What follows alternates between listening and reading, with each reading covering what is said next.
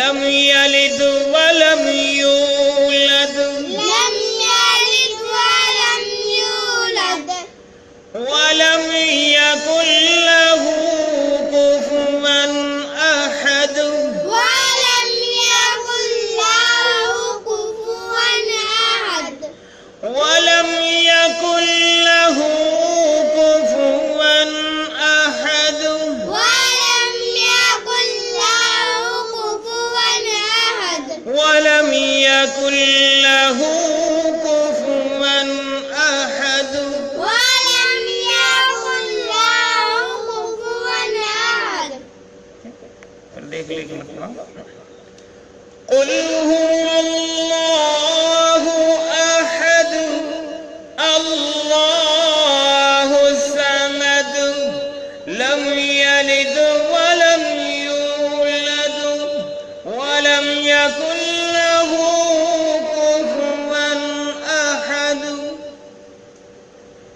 ابھی ہم نے سورۃ الاخلاص کو مکمل پڑھنا سیکھا.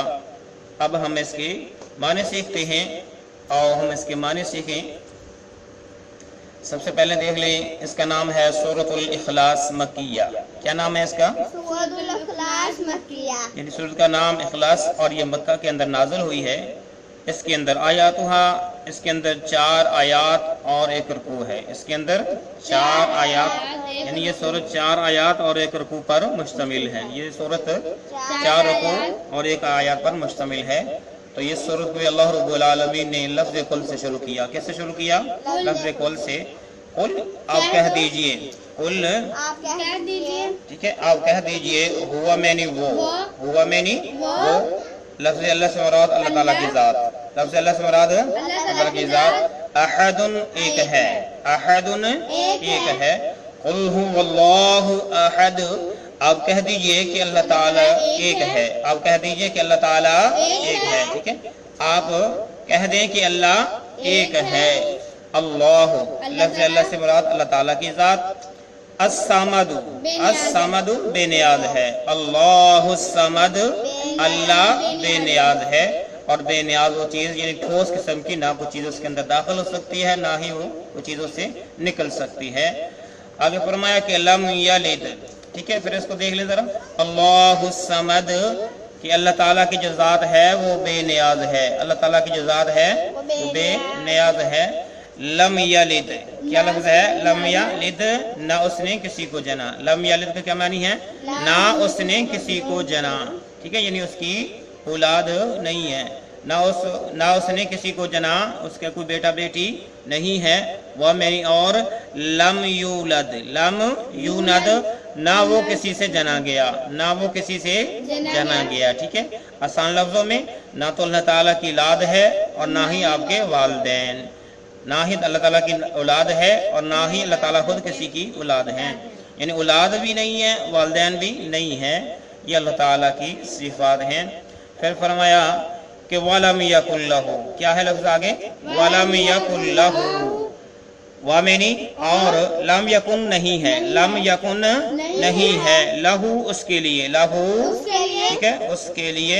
کفواً جوڑ کا، کفواً جوڑ کا. احدن کوئی بھی، احدن کوئی بھی. ٹھیک ہے، وَلَمْ يَكُنْ لَهُ كُفُوًا أَحَدٌ، اور نہ کوئی اس کا ہم جنس ہے، ہم سر ہے. وَلَمْ يَكُنْ لَهُ كُفُوًا أَحَدٌ، اور نہ ہی کوئی اس کا ہم جنس ہے یا ہم سر ہے، اس کی برابری کرنے والا کوئی نہیں ہے.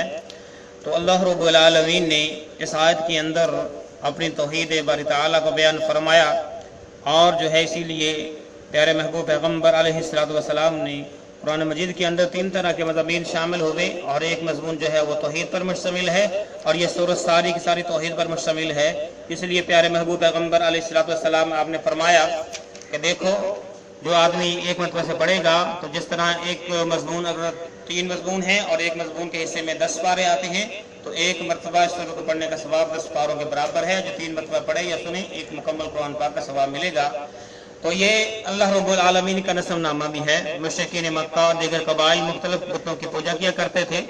تو اللہ رب العالمین کے پیارے محبوب پیغمبر علیہ السلام سے مختلف سوالات کیے گئے. تو اللہ رب العالمین نے تمام سوالوں کے جواب میں اس صورت کو نزول فرمایا کہ جو بھی میرے متعلق سوال کرے، میرا کوئی نسب نامہ پوچھے، ٹھیک ہے، آپ نے اس کو یہ صورت پڑھ کر سنا دینی ہے، اس کے اندر میری صفات، ساری صفات، نسب نامہ، ہر چیز جو ہے اس کے اندر شامل ہے، اور یہ ایک تہائی قرآن کے برابر ہے، ٹھیک ہے۔ سیدنا ابو درداء رضی اللہ تعالی عنہ فرماتے ہیں، رسول اللہ صلی اللہ علیہ وسلم نے فرمایا کہ تم ہر رات کو ایک تہائی قرآن پڑھنے سے عاجز ہو، یعنی سوال انداز میں پوچھا کہ کیا تم ہر رات کو ایک تہائی قرآن پڑھنے سے عاجز ہو؟ صحابہ نے عرض کیا کوئی شخص تہائی قرآن کیسے پڑھ سکتا ہے؟